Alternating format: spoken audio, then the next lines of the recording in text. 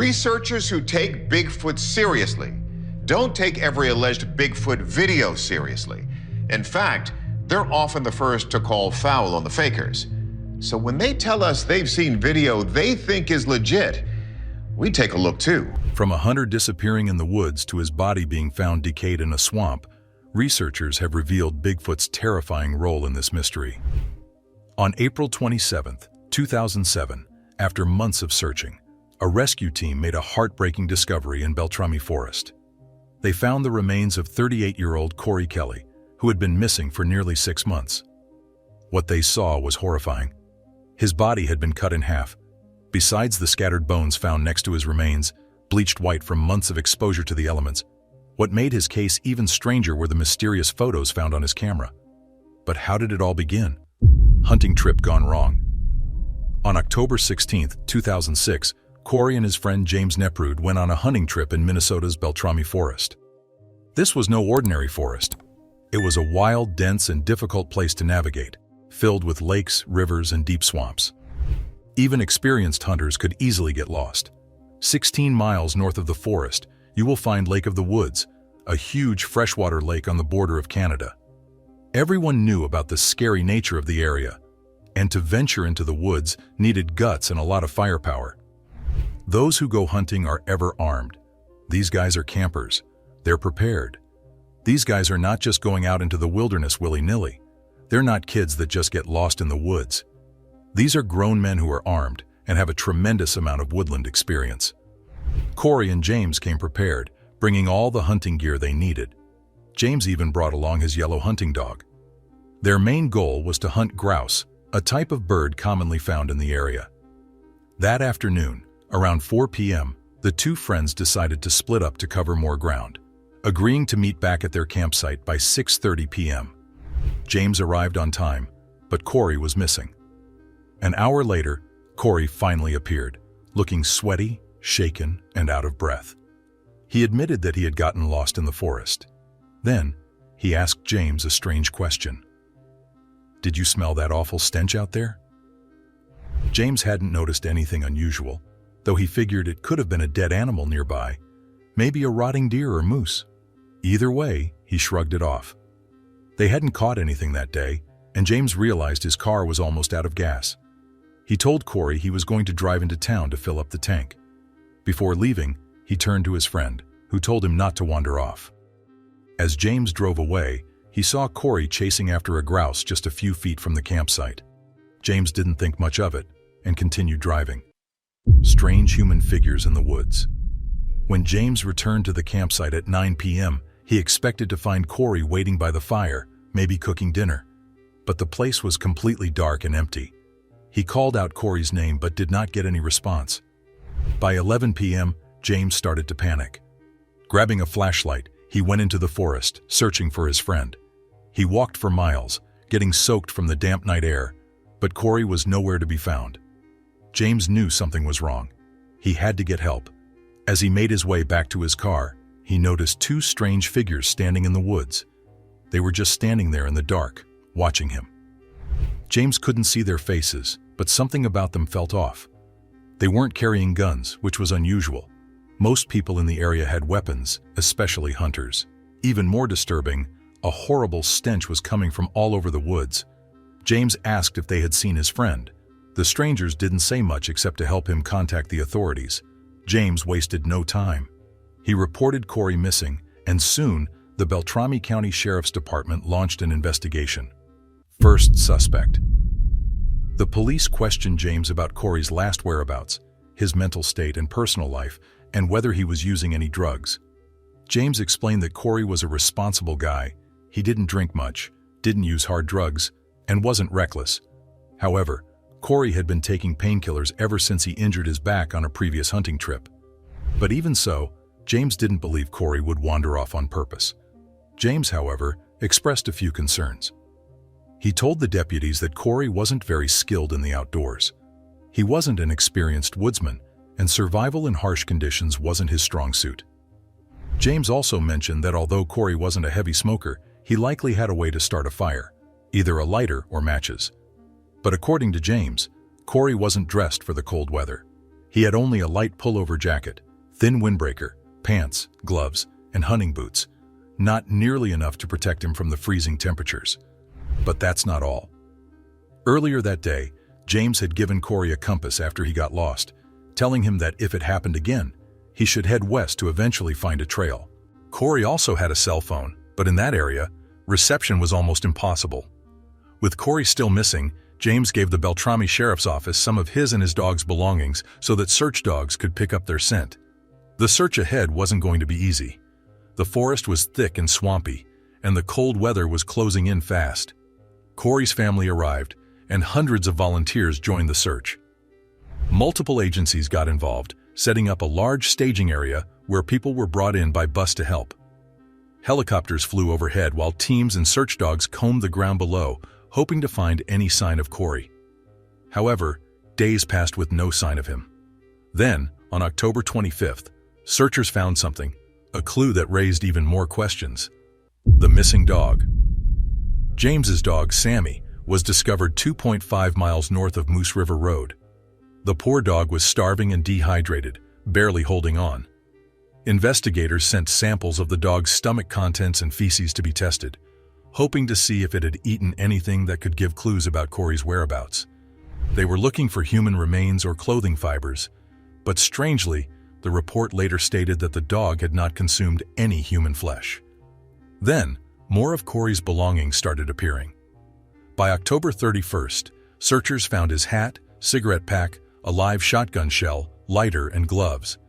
As they moved further, they came across a trail of boot prints leading to another disturbing find: Kory's sweatshirt, left in a spot where he seemed to have slept for the night. Nearby, they discovered ashes from a small campfire and a lip balm container with a small amount of meth inside. Was Kory leaving a trail for anyone looking to find him? More of Kory's clothes appeared along the trail, his overalls and both socks, but there was no sign of Kory himself. As the investigations went on, it became clear that Kory had traveled southeast, following a flooded ditch that cut through the dense, swampy forest.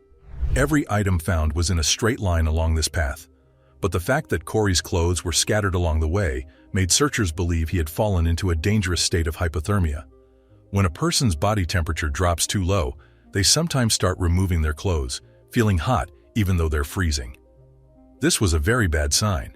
It suggested Kory might have collapsed somewhere in the forest and didn't survive. The search continued into November, but as winter storms rolled in, the conditions became too dangerous. Heavy snowfall made it impossible to keep searching, forcing everyone to pause operations until the following spring. Kory's body. By April 27, 2007, the Beltrami County Sheriff's Office joined forces with Lake of the Woods County to resume the search for Kory Kelly. Now that the snow had melted, they hoped they would finally find him. It didn't take long. Just 2 hours after starting again, a helicopter spotted his body in a swampy area with tall grass. The photographs showed Kory lying next to a flooded ditch with his legs in the water. His upper body was barely decomposed, but animals had scattered some of his remains. By the time he died, Kory was wearing only his jeans. It was later revealed that search teams had come within 15 feet of his body during earlier searches, but hadn't seen him because of the tall grass. His boots were nearby, still in almost perfect condition. Kory's body was found 12 miles into Lake of the Woods County, a little over 1 mile from the nearest road. His shotgun, however, was never recovered. The search for Kory had been massive. 62 agencies, hundreds of volunteers, and over 6,500 man-hours were spent looking for him. Nearby, scattered bones had turned white from months of exposure to the open air. Investigators couldn't believe what they were seeing. They suspected Kory had been dismembered before being killed. But by what? When the autopsy was completed, the results were puzzling. There were no signs of trauma on Kory's body. The toxicology report showed no drugs in his system, not even meth or opioids. The report itself was unremarkable, with nothing unusual except the natural signs of decomposition. Some people wondered if anything had happened to his feet, but aside from normal decay, they showed no injuries or defects. His boots were likely the last thing he took off before he died. Looking at the evidence, investigators believed Kory had gotten lost, and instead of heading west as James had told him, he went east. No one knows why he made this alleged mistake. Maybe he misheard his friend, or maybe he panicked when he reached the flood ditch and thought following it would lead him to safety. In theory, this idea wasn't wrong, but it would have taken many miles before he actually reached a road. At first, Kory only dropped small items along the way.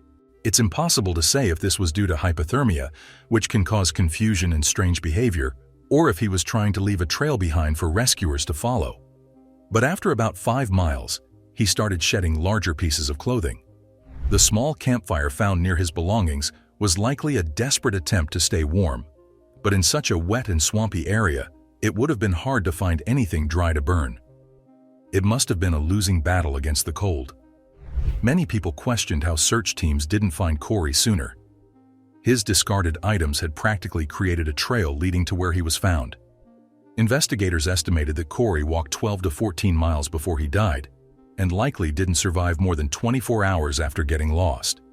But how had he managed to travel so far in such a short time? Looking at his path, it seemed he had a plan, following the ditch in hopes of finding safety. But when someone is cold, hungry, and scared, their decisions don't always make sense. In this case, going east instead of west was the difference between life and death. To the police, this made sense since James had expressed doubts about Kory's ability to survive in the wilderness. And yet, one question still remained. What happened to Kory's shotgun? A firearm could have saved his life, allowing him to signal searchers. It was never found. Mysterious photos. In 2009, a hunter made a strange discovery 39 miles from where Kory Kelly's body had been found. In a patch of water, he spotted a shoe. Next to it lay a blue jacket and a camera. When the items were tested, it was confirmed.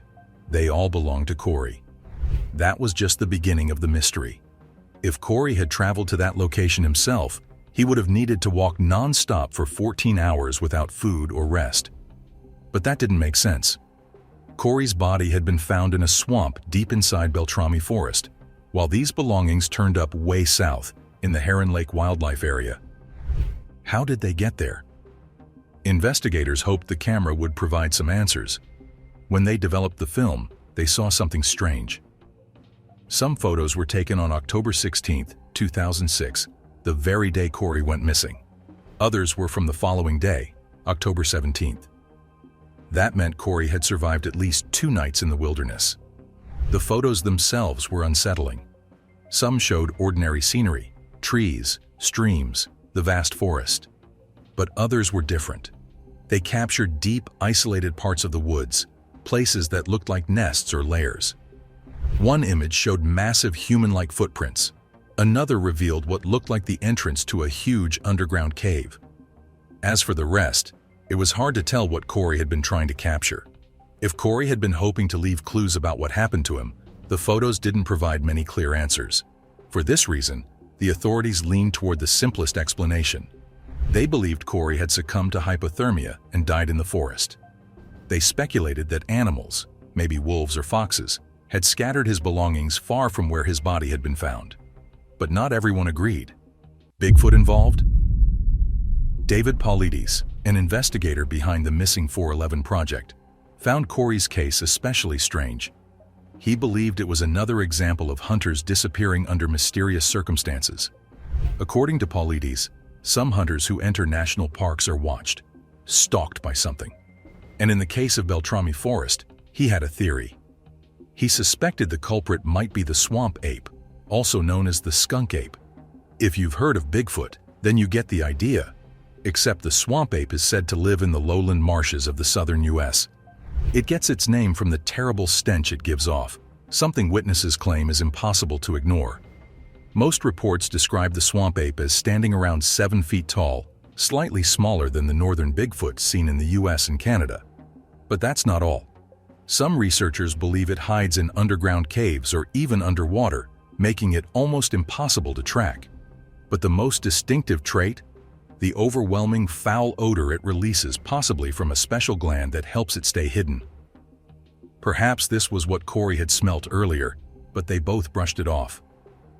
Since Kory's disappearance, one thing has never been found: his rifle. And to this day, no one knows exactly what happened to him.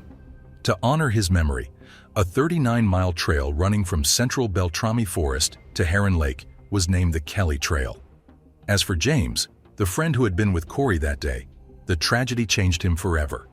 He was consumed by guilt and eventually gave up hunting for good.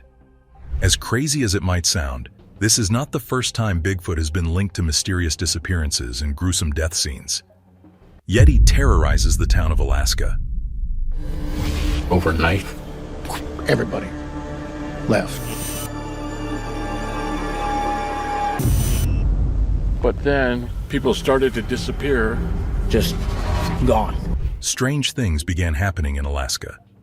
Mysterious disappearances and horrifying deaths created a chilling atmosphere in the region.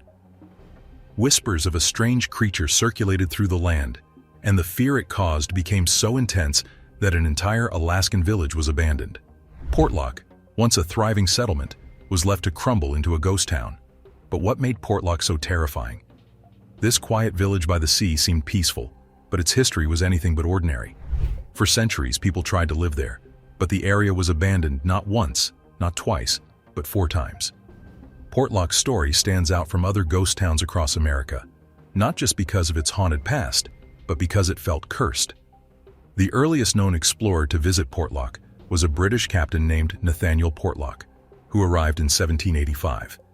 He gave the land its name, but his encounter with it also marked the beginning of a long, troubling legacy. When Portlock's crew arrived, they discovered signs of an old native village. People had clearly lived there before, but for reasons unknown to anybody, they had all vanished. It was puzzling because the area had everything needed for survival: an abundance of animals, fish, and resources to sustain life. Despite this mystery, Portlock's crew decided to stay and establish their settlement. But then, things took a dark turn. Crew members began falling ill, and it wasn't just physical sickness. They experienced overwhelming fear and an eerie sense of dread that seemed to weigh heavily on everyone. Even the strongest among them were overcome by terror. Desperate and weakened, the crew urged Portlock to leave, and reluctantly, he agreed. They abandoned the land, leaving its secrets behind. As scary and strange as their stay was, they were not the first outsiders to experience these strange occurrences. 6 years before Portlock's arrival, a group of Spanish explorers also attempted to settle in the area. Like Portlock's crew, they found it strange that such a rich and bountiful land had been deserted by its original inhabitants. It didn't take long for the Spanish to understand why. They too were attacked by the same strange illness and unshakable fear. Worse yet, they began hearing unsettling cries echoing from the dense forests surrounding their camp. The sounds grew closer each night, filling the crew with dread. One by one, the explorers gave in to their fear and sickness, leaving them no choice but to flee the area. Terrorizing people, killing their pets, being destructive. That's the kind of specimen that I'd like to take. If I'm out in the woods one night or one day and I see a Bigfoot, I'm not going to shoot. That's going to happen in order for mainstream science to ever acknowledge that these creatures exist. For generations, stories of Portlock's strange phenomena have kept people away. Whether it was the mysterious illness, the chilling cries in the forest, or the whispers of a creature haunting the land, Portlock's reputation remains one of terror and mystery, leaving it as one of Alaska's most haunting tales. And yet, the mystery gets deeper. Both Portlock and the Spanish crews had faced harsh environments and unforgiving climates before, but something about this land was different. The air in Portlock carried a sense of unease that neither determination nor experience could withstand. It wasn't just the physical challenges. Something deeper drove people away. Was it a mysterious illness? Or was there another reason for abandoning such a promising place? I think it's they're out looking for food, maybe raiding the campgrounds or sneaking around. In the winter, they're looking for people with chicken farms or sheep or something so they can grab a quick meal. One explanation pointed to infrasound, a low-frequency sound wave produced by certain mammals. Though inaudible to human ears, its effects are deeply unsettling. Infrasound can cause nausea, dizziness, and a powerful sense of unease, disorienting even the toughest individuals. Predators like tigers are known to use infrasound to freeze their prey, and sperm whales use it to terrify their targets into stillness. If infrasound were behind the strange events at Portlock, perhaps it was emitted by a hidden predator in the dense forests, driving away intruders. Yet, despite such theories, the true source of this menace remained a mystery. Those who dared to return would soon face even greater horrors. For over 80 years, Portlock was left abandoned. Its lands, rich with resources, lay untouched. Then, in 1867, a group of nomadic Sugpiaq natives decided to settle there. They found the area teeming with clams, fish, and moose. To them, it felt like a blessing. They were eager to start new lives in such a bountiful place, but the peace didn't last long. Within just a month, the Sugpiaq faced violent attacks. These weren't the familiar raids from rival tribes. The villagers claimed their attackers were something much worse, cannibal giants. These monstrous beings, large in size and ferocious in nature, didn't come for resources or livestock. They came for human flesh. Night after night, the giants attacked with unimaginable brutality. The villagers tried to fight back, determined to protect their home, but the relentless assaults drained their strength and resolve. Oddly, the giants seemed to disappear whenever wildlife in the forest was plentiful. During these times, the village was left in peace. But as soon as food became scarce in the wild, the attacks resumed with greater ferocity. It became clear that the giants were hunting not only the animals in the forest, but also the people of the village. The Sugpiaq could no longer endure the terror. In 1905, they abandoned Portlock, leaving behind haunting stories of night raids and flesh-eating giants. These tales spread far and wide, keeping others from settling in the cursed land. Hunter found dead. By 1930, Portlock had grown, and so had the residents' sense of safety. The once strict rules were relaxed. In 1931, a logger named Andrew Kamluck decided to venture deeper into the forest, ignoring the long-standing caution to stay near the edges. When he didn't return, his friends organized a search party. What they found sent shockwaves through the community. Kamluck's body was discovered in a horrific state. His head had been crushed by his own sled, a sled so heavy no human could have moved it alone. Nearby, his sled dogs lay shredded, and the sled itself had been flung far from the scene. The gruesome discovery left the search party speechless. The brutality of the attack raised a chilling question. What kind of creature could possess such strength and savagery? Kamluck's death was a stark reminder of the unseen predator lurking in the forest. The once distant threat felt closer than ever. The town was gripped by fear, but it wasn't long before another terrifying encounter took place. From a hunter disappearing in the woods to his body being found decayed in a swamp, this is how researchers have revealed Bigfoot's terrifying role in this mystery.